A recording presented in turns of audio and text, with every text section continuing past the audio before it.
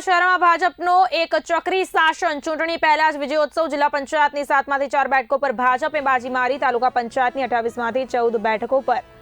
ભાજપ ઉમેદવાર બિનહરીફ ઉમેદવારોને ફૂલ પહેરાવી મોઢું મીઠું કરાવી વધામણા માર્ગો પર ડીજેના તાલે કાર્યકરો અને સમર્થકોના જશ્ન કાર્યક્રમમાં ભારે ઉત્સાહ જોરદાર સૂત્રોચ્ચાર આજરોજ શહેરા પ્રાંત કચેરી ખાતે શહેરા નગરપાલિકાના ફોર્મ ખેંચવાની છેલ્લી તારીખ હતી। એ જ રીતના તાલુકા પંચાયત કચેરી ખાતે તાલુકા પંચાયત અને જિલ્લા પંચાયત આ બંનેના પણ ફોર્મ ખેંચવાની છેલ્લી તારીખ હતી। અમારે ગર્વ સાથે કહેવું જોઈએ દેશના આપણા પનોતા પુત્ર વડાપ્રધાન આદરણીય નરેન્દ્રભાઈ મોદી સાહેબ, એવા જ આપણા ગુજરાતના પનોતા પુત્ર આપણા ગૃહ રાજ્યમંત્રી માન્ય મુરબ્બી શ્રી અમિતભાઈ શાહ સાહેબ, ગુજરાતના મુખ્યમંત્રી આદરણીય ભૂપેન્દ્રભાઈ પટેલ સાહેબ અને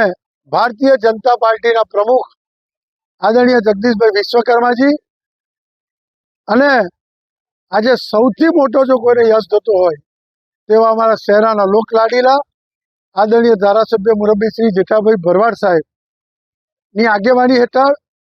શહેરા તાલુકામાં સ્થાનિક સ્વરાજ્યની જે ચૂંટણી થઈ હતી એમાં તાલુકા પંચાયતની 28માંથી 14 બેઠકો બિનહરીફ થઈ છે, જિલ્લા પંચાયતની 4 બેઠકો બિનહરીફ થઈ છે અને નગરપાલિકાની 28 બેઠકોમાંથી આજે 17 બેઠકો બિનહરીફ થઈ એક વિશ્વ વિક્રમ અમારા શહેરા તાલુકામાં આજે પહેલી આજરોજ ફોર્મ પરત ખેંચવાનો દિવસ લાસ્ટ દિવસ હતો તો શહેરા તાલુકા પંચાયત અને જિલ્લા પંચાયતને જ્યારે ફોર્મ પરત ખેંચવાના દિવસ દરમિયાન જિલ્લા પંચાયતની ટોટલ 4 બેઠકો